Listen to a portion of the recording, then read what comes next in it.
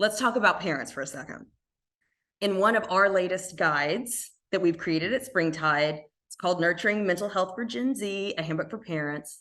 We have a section just to help parents think through how they were parented and how that might be affecting how they show up as parents. I think Margaret's mom is like the poster child for this. Her experience with faith and how it impacted her relationship with her parents absolutely influenced how she chose to guide Margaret when it came to her faith with a no faith approach.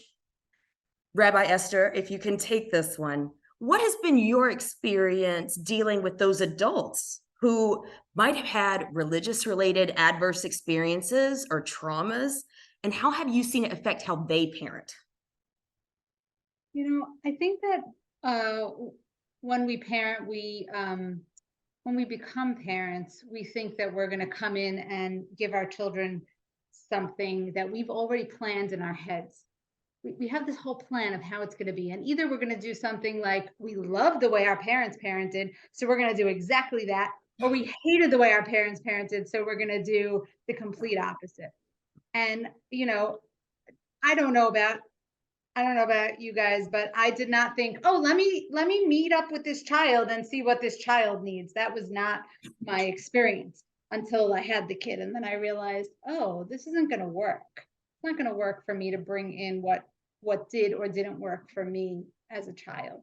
And I think that, that kind of work that parents have to do is really, really challenging. And, parents are really struggling with their own stuff as they show up and parent. And so a lot of my experience is very similar to Margaret's mom. Like, I meet parents that have done the same exact thing, and then their kids are going like this, but we have no tradition, and where do we go, and what is this thing called Jewish, and what is this thing called God, and what is this thing called religion, and where do I fit in, and how do I navigate the spaces in between when Reverend Natalie, you spoke about language and having frameworks that is so important for kids and adults to have. And it's really hard to give frameworks and to have conversations when you have this trauma history around religion, and then you're just like, having a little bit of panic. And then you call somebody like Rabbi Caryn, and say, can you please take my children for me and fix this up for me? Because I don't know. And oftentimes I see that parents come back through the kids' relationship. And that's where, we have this sudden intersection where, like, oh, wait, okay, this isn't so dangerous. There might be a place for me here. It doesn't have to be the way it was. I can bring myself into it. And that becomes healing for the whole family. Absolutely. Any other thoughts from our panelists on this? I have a couple thoughts about parents, but I want to pull back for a second. I think I need to just name that for Jews, using the word faith to frame our lived experience as Jews is actually not the resonant frame at all. And most Jewish people I know actually don't use the word faith to describe how they connect to their heritage, culture, identity, history, for some ethnicity, for some, it's just bland whiteness. That's a whole nother conversation we can have another time, which has its trauma. Anyway, so for parents, it's less about like working out their faith. And in fact, you see this in the film, the differences between Margaret's parents, her dad, who's obviously a secular, alienated, assimilating Jew who wants to flee to the suburbs because it's bigger houses and more acceptance and inclusion amongst upper middle class white folks. Mm-hmm. And then her mom, who clearly has religious trauma, how Margaret's path is framed by these parents is that it's a choice. And in fact, I think that is not helpful. It doesn't serve kids, at least from thinking about a Jewish standpoint.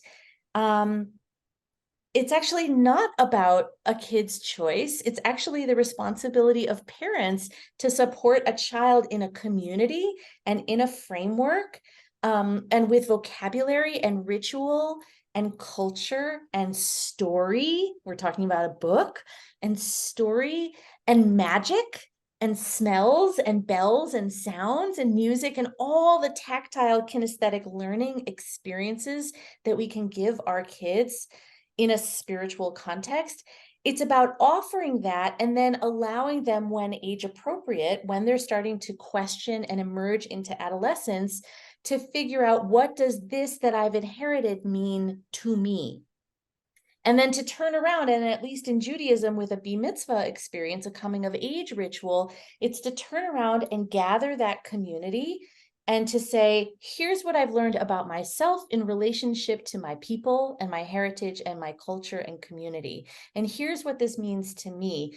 And, it's like a Moana story, like to put your shell on the mountain and say, I am part of this people, in a way that offers deep meaning and belonging in my life.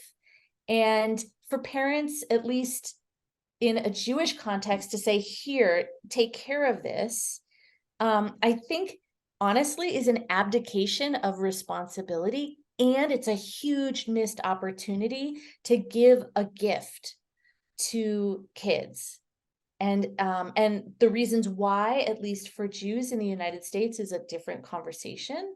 But it's a missed opportunity, and it's also an opportunity to offer some healing for everybody in a family system and in the larger community. That's the work that I do with bar mitzvah kids and their parents. And it's not the work that I saw in that movie. Right. I didn't see any of that in the movie, and it hurt my heart to watch this unfolding and to see Margaret try to navigate this in a very ingenious, creative, open-hearted, curious way, and not have the support of her family to figure it out. Like that, like when I was watching it, I'm like, Eza Chaval, which in Hebrew means, ugh, what a what a bummer that they couldn't offer that to her because of their own baggage that they hadn't really healed.